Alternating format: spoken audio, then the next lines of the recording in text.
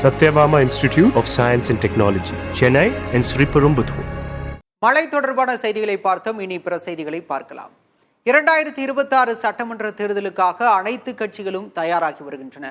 முதன்மையான கட்சிகள் தங்கள் கூட்டணி கணக்குகளில் தெளிவாக இருக்கும் நிலையில் பாமகவின் நிலைப்பாடு கேள்விக்குறியாகியுள்ளது.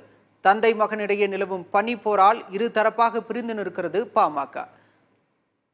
ராமதாஸ் மற்றும் அன்புமணியின் நிலைப்பாடு என்ன என்பது குறித்து பார்க்கலாம்.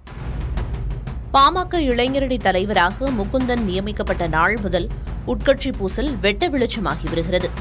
பொதுக்குழு மேடையிலேயே தன் பேச்சை கேட்பவர்கள் மட்டுமே பாமகவில் இருங்கள், இல்லையெனில் கட்சியை விட்டு விலகுங்கள் என ராமதாஸ் பகிரங்கமாக பேசியதால் அன்புமணி தரப்பினர் அதிர்ச்சியடைந்தனர்.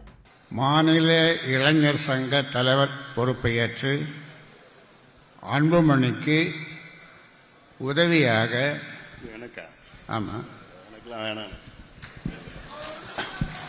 அவனுக்கு இப்பதான் 4 மாசம் வந்தான், கட்சியில 4 மாசத்துக்கு முன்னாடி வந்திருக்கிறான். அவனுக்கு இளைஞர் சங்கம்னா என்ன அனுபவம் இருக்குது அவனுக்குலாம்? என்ன அனுபவம் இருக்கு அவனுக்கு? வேற என்ன போட்டு பண்ணுங்க, நல்ல அனுபவசாலியா பண்ணுங்க. தான் நான் சொன்னேன், களத்துல நல்ல ஆள் வேணும், நல்ல திறமையா வேணும்னு. வந்த உடனே போய் அப்புறம் இளைஞர் சங்க பொறுப்புல போட்டு நான் சொல்றதுதான் நீங்க சொல்லுங்க, கேட்கணும். யாரா இருந்தாலும் நான் சொல்றதுதான் கேட்கணும். எல்லாம் பண்ணுங்க, நீங்க பண்ணுங்க. புரியுதா?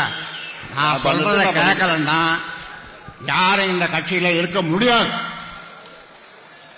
இது நான் உண்டாக்குற கட்சி. நான் சொல்றதை கேட்கலன்னா யாரும் இந்த கட்சியில இருக்க முடியாது. என்ன சரின்னா சரி, போ. இது ஒருபுறம் இருக்க, சென்னை வந்த மத்திய அமைச்சர் அமித்ஷாவை சந்திக்க அன்புமணி திட்டமிட்டிருந்த நிலையில் அதற்கு ராமதாஸ் எதிர்ப்பு தெரிவித்ததாக கூறப்படுகிறது. அப்போதுதான் பாமகவில் இனி நிறுவனரும் நானே, தலைவரும் நானே என்ற அதிரடி அறிவிப்பை வெளியிட்டு மேலும் அதிர்ச்சியடைய வைத்தார் ராமதாஸ். அதன் பின்னர் மாமல்லபுரத்தில் வன்னியர் சங்க மாநாட்டுக்குழு தலைவராக அன்புமணி செயல்படுவார் என ராமதாஸ் அறிவிக்க, அந்த மாநாட்டிலும் இருவருக்குமான பனிப்போர் வெளிப்பட்டது. கூட்டணியை தானே பார்த்துக் கொள்வதாகவும் சரியாக வேலை செய்யாத உறுப்பினர்களை கட்சியிலிருந்து தூக்கிவிடுவேன் எனவும் மாநாட்டு மேடையிலேயே பேசியிருந்தார் ராமதாஸ். சில பேர் கேட்கலாம், எங்க கூட்டணி கூட்டணி பற்றி முடிவு செய்வதற்கு நான் இருக்கிறேன், நான் முடிவு செய்வேன். அதை பற்றி நீ ஒன்றும் கவலைப்பட வேணாம். இப்படி நீங்கள் ஏதாவது இருந்தீர்கள் வந்தால் உங்கள் ஒவ்வொருவருடைய கணக்கையும் முடித்து விடுவேன். கணக்கையும் முடித்து விடுவேன் என்று சொன்னால் என்ன அர்த்தம்? உங்க பொறுப்புகள் உங்களிடம் இருக்காது. ராமதாஸ் எடுக்கும் முடிவுகள் அன்புமணிக்கு நெருடலை ஏற்படுத்தியுள்ள நிலையில் நிர்வாகிகளின் சமரச முயற்சிகளும் தோல்வியடைந்ததாக கூறப்படுகிறது. அதன் பின்னர் ராமதாஸ் தலைமையில் நடைபெற்ற மாவட்ட செயலாளர்கள், மாவட்ட தலைவர்கள் கூட்டத்தை அன்புமணியும் அவரது ஆதரவாளர்களும் புறக்கணித்தனர். கள்ளக்குறிச்சி, கடலூர், சேலம், விழுப்புரம், கிருஷ்ணகிரி உள்ளிட்ட 17 மாவட்டங்களைச் சேர்ந்த நிர்வாகிகள் மட்டுமே கூட்டத்தில் பங்கேற்றனர். பின்னர் மகளிரணி, மாணவரணி, இளைஞரணி கூட்டத்திற்கு அழைப்பு விடுக்கப்பட்ட 21 பேரில் 19 நிர்வாகிகள் பங்கேற்றனர். ஆனால் அந்த கூட்டத்தையும் அன்புமணி புறக்கணித்தார்.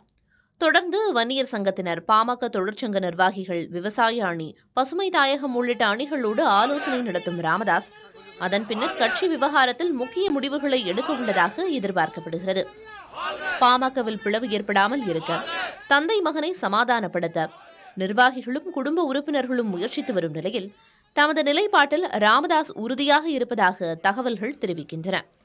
தைலாபுரத்தில் ராமதாஸை அன்புமணி சந்தித்து பேசினால் தீர்வு எட்டப்படும் என பாமக நிர்வாகிகள் நம்பிக்கையுடன் உள்ளனர். புதிய தலைமுறை செய்திகளுக்காக ஒளிப்பதிவாளர் சீமானுடன் செய்தியாளர் Kamaraj. Satyabama Institute of Science and Technology, Chennai and Sriperumbudur.